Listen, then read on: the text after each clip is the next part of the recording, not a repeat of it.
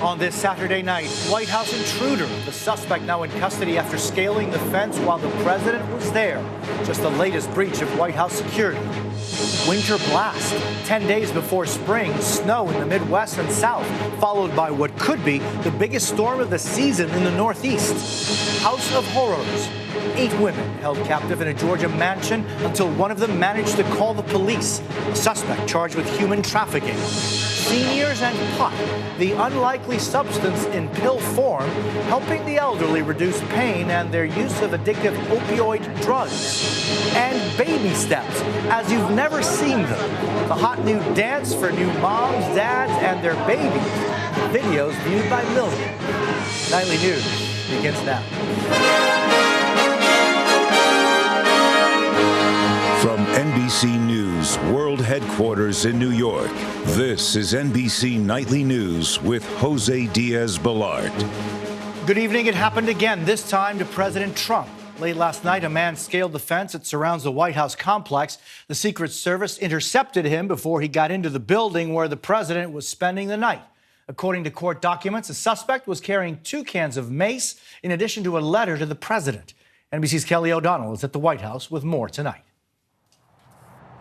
20 minutes before midnight Friday, a frigid 33 degrees outside the White House, and President Trump was home.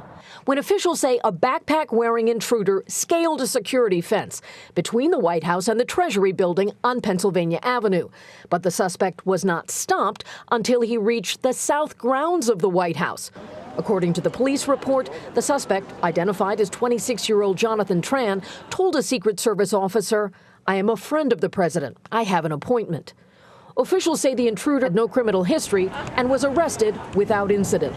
Today, at a working lunch with cabinet members, President Trump talked about the incident as reporters were ushered out. Secret Service did a fantastic job. It was a troubled person. It was very sad, actually. In January, at a White House reception, the president praised then Secret Service Director Joe Clancy, who retired last week. What a job. From day one, I have felt safe. But experts say the danger is real and persistent. It's going to happen again. This is going to happen again. And the president right now is just not safe in the White House. Back in 2014, fence jumper Omar Gonzalez, armed with a knife, overpowered officers and ran around inside the White House. Since then, temporary fencing keeps passersby away from the main fence. After years of debate, last month a federal agency approved plans for a taller, harder-to-climb fence that will top 13 feet. It's in the interest of the country for our executive to be protected. We need to fix this. And court documents tonight also reveal that the intruder was stopped close to the south portico entrance, but he did not get inside the White House. They also say that the man had a book written by Donald Trump and a letter he wrote to the president. In that, he made claims about Russian hacking. The man was also described as schizophrenic. He remains in custody tonight. Jose? Kelly, the other big story out of Washington today, the firing of one of the most prominent U.S. attorneys. That's right, Jose. Preet Bharara, the U.S. attorney for the Southern District of New York, Manhattan, one of the most high-profile attorneys in the country, says that he was forced out today. This is a part of a sweeping move to remove 46 U.S. attorneys appointed by the Obama administration, political appointees. So that in and of itself is not unusual, but the abruptness makes this stand out. Bharara had also been told by the Trump transition the president would likely keep him on, adding to the surprise with this. And at this point, he says he was fired. Tonight, officials only say he is no longer a U.S. attorney. Jose? Kelly O'Donnell, thank you. And while the White House was dealing with those issues, the vice president and others were pushing the Republican health care plan today. NBC's Steve Patterson from California tonight on the hard sell. 2,700 miles from Washington. Hold on. Congressman Darrell Issa faces angry constituents at a town hall back home in Oceanside, California. You deserve good health care that doesn't make that coverage cost too much. He's just one of the Republican leaders attempting to ease fears about changes that could affect millions. We want him to please protect the ACA. Vice President Mike Pence took the stage in Louisville, Kentucky today to make a pitch pumping up the administration's plan by putting down Obamacare. Obamacare has failed the people of Kentucky. It's failed the people of America, and Obamacare must go. Pence is here to win over a state where the number of uninsured fell from 20% to just 7.5% in 2015 under Obamacare. We need every Republican in Congress, and we're counting on Kentucky. It's a balancing act. Pence, as salesman-in-chief, is also having to reassure conservative critics who say the plan is too similar to Obamacare. There's enough conservatives that they can't pass Obamacare light. That's why this week what's going on behind the scenes is a charm offensive. Under the newly dubbed American Care Act, the GOP wants to end additional Medicaid funding before 2020 and repeal the mandate that people must have health coverage. The Brookings Institution estimates 15 million Americans could lose coverage over the next decade. A back-and-forth battle, now moving from Capitol Hill to the main streets across the nation. Steve Patterson, NBC News. And for more on the Republican health plan, Tom Price, the Secretary of Health and Human Services, will join Chuck Todd tomorrow morning on Meet the Press.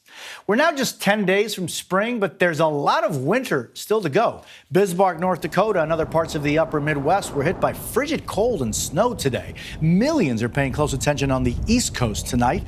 We'll get more from NBC meteorologist Indra Petersons. Jose, 49 million people could be affected by this next storm. And to make matters worse, now we have blizzard watches that have been issued, affecting portions of Long Island, coastal portions of Connecticut, as well as Rhode Island and Massachusetts. So a major storm headed our way in just a few days. Keep in mind, there are several models, though. This is still days away, so uncertainty with how much snow we are expecting. One of the models, the American model, bring heavy amounts of snow all the way down through even Philadelphia. But now take a look at the European model. It is actually pushed a little bit farther off the coastline, bringing the heaviest amounts of snow just in through New England. So we'll be monitoring this very closely, but easy enough to say there's the potential here for a foot of snow possible. Jose. Indra Petersons, thank you very much. A tragic story unfolding in Harrisburg, Pennsylvania. Authorities say a house fire was sparked last night when a recharging hoverboard exploded. A 3-year-old girl died of her injuries. 2 others are in critical condition. A firefighter responding to the blaze was also critically injured when his vehicle was hit at an intersection. The issue of human trafficking is in focus once again with the arrest of a man in Georgia charged with holding 8 young women in a suburb of Atlanta. This came to light after one of the women was able to call police. NBC's Morgan Radford with the details. A chilling 911 call. I'm in a very bad situation and I need to get out. The voice altered here to protect the woman, a 20-year-old who tells the operator she's being held captive and she isn't alone. Wait, did you say you're in a house full of girls? Mm-hmm. And somebody threatened to kill you if you leave? Mm-hmm. When police arrived, they found 8 women ages 19 to 22 held inside this rented $1 million home just outside of Atlanta. They also found this man, 33-year-old Kendrick Roberts, charged Friday with false imprisonment and the trafficking of persons for labor. We believe that he's been making promises to some of these ladies for modeling careers, financial assistance. Here he is on Instagram, counting money, holding a gun, and showing off tattoos the 911 caller says he required the women to get, all while allegedly forcing them to work at strip clubs and threatening to hurt them if they left. The 911 caller told police she met the suspect on a website for, quote, mutually beneficial relationships, oftentimes sexual. You can raise your children up in the right setting, but they get in the hands with the wrong guy at the right time, and they can be lured into this lifestyle. More than 20 million people around the world are victims of human trafficking, 55% of them women and girls. For one woman in Atlanta, one phone call might have saved her life. Morgan, what happened to these young ladies? Well, all 8 of the women, Jose, who were found inside have been brought to families or they've been placed in safe houses. Meanwhile, that man, the suspect, he's being held without bond with another hearing planned for later this month, and he could even face federal charges.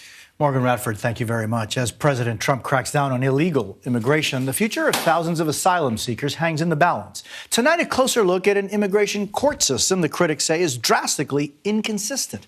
Gabe Gutierrez has a story of a Syrian immigrant who is now in limbo. This is the moment Rawad Abdanar broke down. How hard is it to look at that picture? Too much. Too much. She's beautiful. Thank you. A The instant he saw a picture of his newborn niece for the first time. She and his sister live in California. But for the last 9 months, he has been here at the Stewart Immigration Detention Center in Lumpkin, Georgia, the largest in the U.S. I don't know my future. I don't know. After being drafted into the Syrian army, Abdelnour says he and several of his friends fled to the U.S., paying a smuggler to sneak them into Mexico. They turned themselves into immigration officers at the U.S. border in California. His friends were sent to detention centers in California, but have since been released while a judge considers their asylum. One of them, who asked us not to reveal his face, showed us his ankle monitor. By chance, Abdelnour was sent to Georgia and is still locked up. I don't see the cases as different. I think they share the same basis for asylum. The system has dramatic disparities. In 2015, the immigration court at Stewart granted asylum in just 5% of its cases. Compare that to the immigration court in New York City, which granted asylum 84% of the time, and San Francisco, 74%. Nationwide, the average was 48%. The primary driver of asylum grant rates is whether or not someone actually has an attorney to help them represent. A spokesperson for the government agency that oversees immigration courts wouldn't comment on individual cases, but said judges undergo training to ensure unbiased decision-making. She also noted that immigration courts housed inside a detention center like Stewart typically have lower asylum grant rates because more of the detainees have criminal records. But Abdelnour's attorney says he has no criminal history and would be killed if he returned to Syria. I don't do nothing wrong. So tonight, he remains on lockdown, in limbo, and alone. Gabe Gutierrez, NBC News, Lumpkin, Georgia. As the country got some good economic news this week with 235,000 jobs added last month and unemployment down to 4.7%, we're taking a look tonight at how jobs of the future are changing. Take long-haul trucking, for example. We sent NBC's Stephanie Ruhle on the road. Trucks move America. Hands on the steering wheel. It's more than a slogan. Some 3.5 million Americans drive big rigs and delivery trucks. Long-haul truck drivers earn an average of $40,000 a year for the hard work and long hours, and it doesn't require a college degree. And I always wanted to be a truck driver, so... All right, we're just going to pull up. Students like these are learning the trade at a moment of change in the industry. Revolutionary driverless technology means more than half of the country's truck drivers could lose their jobs to automation. And we think the first fully autonomous trucks go on sale by 2020. I'd be surprised if in 10 years, a lot of the largest trucking carriers in the country aren't significantly autonomous across their fleet. Daimler showed off the technology in Las Vegas in 2015. Their goal is to assist drivers as they plan to keep them at the helm. Other companies are rolling out programs that could put technology in the driver's seat. Then is technology the future, the partner, or the enemy to the trucker? I mean, certainly it's the future. You're not going to stop the technology. What was once a low-skilled trade becoming a profession driven by code and computers. The truck driver will also kind of be a technical engineer, and if there's a problem with the hardware or the software, they're going to have to figure it out. You need jobs for everyone in society, the highly skilled, the highly educated, but the ones, the individuals that are not so educated or skilled, well, where are the jobs for them? So that would be the downside. For some, there's no substitute for a human driver. There may be a computer that can drive a truck from A to B on a straight line, but there will never be a computer that will be able to navigate a truck in the heart of Manhattan. Never. But those who want to stay in trucking for the long haul should expect a changing industry. Stephanie Ruhle, NBC News, New York. Still ahead tonight, they never imagined they'd be using it to control their pain. These seniors say a certain drug does wonders. As marijuana becomes more mainstream in this country, both recreational and medical use, it appears to be having a benefit for an unlikely group. A growing number of elderly people are taking it in pill form to relieve pain. Harry Smith has more on this tonight. Hi, everybody. For this group of elderly Americans, using marijuana was definitely not on their bucket list. I have never smoked in my life. I'm 100. What's in each dose? Dr. Zachary Pallas of the Hebrew Home in New York thinks maybe it's time for a change. This is uncharted territory. You ready to go have some lunch? 98-year-old Ruth Brunn is in constant and extreme pain from neuropathy. She started using medical marijuana 3 months ago. Well, I do know that since I'm using it and taking it, that I have less pain, that I'm more relaxed.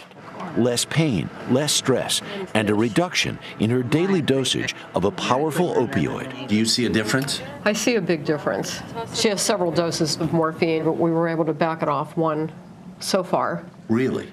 Throughout the day. Older adults that are in their 80s and 90s grew up where marijuana was really viewed as an illicit drug, right? The evil weed. Marijuana, the burning weed with its roots in hell. And yet we find that they're very open to anything that's going to reduce pain. We always have to be careful. Dr. Pallas is impressed with the results he's seen so far in a handful of patients, but we need to rethink our current policies in terms of allowing medical research on medical cannabis. And as for the stigma, the evil weed? I saw no reason why it wouldn't work, because God gave us the herbs of the earth, and marijuana is one of it. Harry Smith, NBC News, New York. And when we come back, the urgent call for a doctor on the plane and the remarkable thing that followed. A ravioli moon? Yes, we're serious. NASA's Cassini spacecraft took some stunning photographs this week of Pan, one of Saturn's tiny moons. The close-ups showed just why scientists said it looks like a floating ravioli lost in space. NASA says it has the diameter of about 20 miles, small for a moon, but mucho ravioli. Closer to Earth, there was a medical emergency this week on a Southwest Airlines flight from Atlanta to Houston. And if you're going to get sick on a plane, this is the one to be on. NBC's Sarah Daloff explains. Tom McKay is anything but a nervous flyer. A retired Air Force pilot who served in Vietnam, he always figured if there was trouble aboard a commercial jet, like the one he and wife Maggie were on this past week, he would jump into action. If one of the pilots passed out, then maybe I could go up and help. Well, it turns out somebody passed out, but it was me. The couple were on the final leg of their trip home from a cruise when Tom began feeling clammy and lightheaded. I started yelling, I need help, I need a doctor. And within seconds, the response was unbelievable. But there wasn't just one doctor aboard Southwest Flight 1833. I told him not to worry. He had 25 medical center doctors surrounded him. Nearly 15% of the passengers were doctors, headed home from the same medical conference in Atlanta. 5 of them treated Tom, noting a very slow pulse and heartbeat. They cleared the crowd and comforted Maggie. It was amazing with all these docs how naturally everybody fell into their own specific tasks. Southwest Airlines released a statement saying they are beyond grateful for the doctor's aid. Back home in Texas. He's my world. He's my world. Likewise. Let's go sit outside, baby. Savoring their time together as Tom undergoes medical tests to determine just what caused his episode. The couple aware they were lucky to be on the right flight at a critical moment. Nice. Sarah Daloff, NBC News. And up next, dance partners, the new rage in bonding with your baby.